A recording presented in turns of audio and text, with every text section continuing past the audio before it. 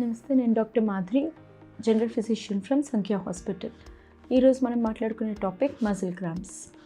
Muscle cramps అంటే కండరాలు పట్టేయడం, పిక్కలు పట్టేయడం అని అంటారు. ఇది ఎక్కువగా మనకి కాఫ్ మజిల్ అంటే పిక్కల దగ్గర బాగా ఎక్కువగా వస్తూ ఉంటుంది. ఎప్పుడు ఎక్కువగా వస్తుంది అంటే రాత్రుల పూట బాగా ఎక్కువగా వస్తుంది. ఏ ఏజ్ వర్గాలకు ఎక్కువ వస్తుంది అనే డిఫరెన్స్ ఏమీ లేదు. ఏ ఏజ్ గ్రూప్, చిన్నపిల్లల నుంచి బాగా ముసలి వాళ్ళ వరకు అందరికీ వచ్చే common symptom muscle cramps. So ఇది ఎందుకు వస్తుంది అని అంటే మాత్రం దీనికి చాలా కారణాలు ఉంటాయి. ఇప్పుడు కాఫ్ మజిల్, పిక్కల దగ్గర మనకి మజిల్ ఉంటుంది, ఆర్టరీ, దానికి బ్లడ్ సప్లై చేసే ఆర్టరీ, వెయిన్, నర్వ్, ఇలాగా రకరకాల స్ట్రక్చర్స్ ఉంటాయి. సో వాటిలో ఏది డ్యామేజ్ అయినా కూడా మనకి పిక్కలు పట్టేయడం లాగా, మజిల్ క్రాంప్స్ లాగా అనిపిస్తూ ఉంటుంది. సో ఫస్ట్ వచ్చేసరికి మనం మజిల్ తీసుకుందాం. ఎక్కువగా మనం చూసేది ఏంటి అంటే డీహైడ్రేషన్, సమ్మర్లో కానీ లేకపోతే స్పోర్ట్స్ యాక్టివిటీస్లో కానీ సరిగ్గా వాటర్ తీసుకున్నప్పుడు, సరిగ్గా హైడ్రేట్ చేసుకున్నప్పుడు ఏమవుతుంది అంటే మజిల్కి కావాల్సినంత పోషకాహారం ఉండదు. సో దానివల్ల ఏమవుతుంది అంటే లాక్టిక్ యాసిడ్ అనేది ఎక్కువగా ఫార్మ్ అయ్యి మజిల్ అనేది డ్యామేజ్ అయ్యి దాన్ని పెయిన్ కింద, క్రాంప్స్ కింద రావడానికి ఛాన్సెస్ ఎక్కువగా ఉంటాయి. దీనికి కావాల్సిన పోషకాహారాలు అంటే మెయిన్గా ఎలక్ట్రోలైట్ డెఫిషియన్సీస్. అందులో ఫస్ట్ వచ్చేది పొటాషియం. సో దీనికి ఇమీడియట్గా మనం ఏం చేయాలి అంటే ఎక్కువ హైడ్రేట్ చేసుకోవాలి. ప్లెయిన్ వాటర్ ఒకటే సరిపోదు.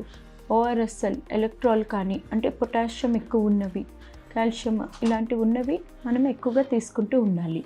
Second cause vitamin deficiencies. వైటమిన్స్లో కూడా మనకి మెయిన్గా 3 డెఫిషియన్సీస్. ఒకటి B12 deficiency, vitamin D deficiency, E deficiency. ఈ 3 డెఫిషియన్సీలో మనం ఎక్కువగా మజిల్ క్రాంప్స్ అనేది చూస్తూ ఉంటాం. సో ఇది అప్పటికప్పుడు రాదు, it's a long process. So deficiencies ఉండి మజిల్ కానీ నర్వ్ కానీ ఏదైనా డ్యామేజ్ అవుతూ అది స్లోగా ప్రొడ్యూస్ అవుతూ ఉంటుంది.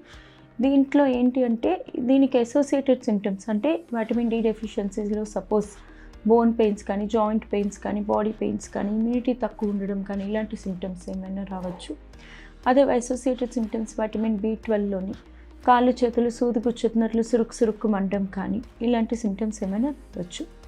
నెక్స్ట్ ఈ మజిల్ అయిపోయిన తర్వాత సపోజ్ ఆర్టరీ కానీ, ఇప్పుడు ఆర్టరీ కానీ వెయిన్ కానీ రక్తం బ్లడ్ సప్లై చేయడం, మజిల్కి బ్లడ్ సప్లై చేయడం, అక్కడి నుంచి ఉన్న ఇంప్యూర్ బ్లడ్ని తీసుకెళ్ళడం.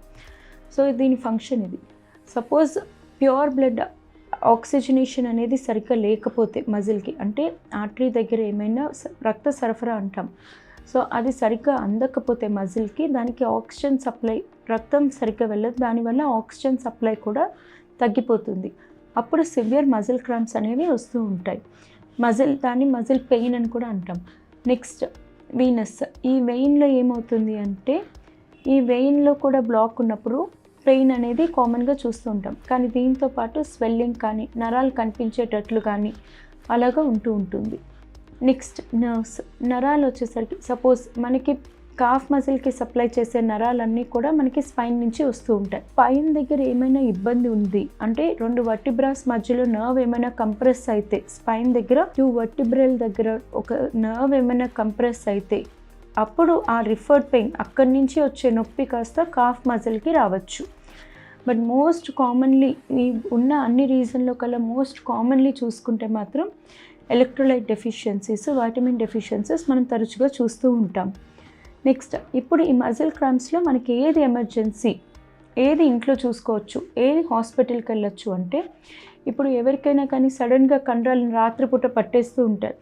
సో వాళ్ళకి ఎలక్ట్రోలైట్స్ అంటే కొబ్బరి బొండం కానీ లేకపోతే ఇంట్లో ఓఆర్ఎస్ఎల్ కానీ, ఎలక్ట్రాల్ కానీ ఇవేమైనా ఇవ్వచ్చు. ఎమర్జెన్సీ హాస్పిటల్కి ఎప్పుడు ఇమీడియట్గా వెళ్ళాలి అని అంటే మాత్రం ఒకటి కండరం దగ్గర ఏమైనా వాపు వచ్చినా, వాపు పెద్దగా అయినా, దాని దగ్గర ఏమైనా నొక్కినప్పుడు బాగా పెయిన్ వచ్చినా, ఫీవర్ ఏమైనా వచ్చినా, లేదు స్కిన్ కలర్ ఏమైనా మారుతూ ఉన్నా, నరాలు ఏమైనా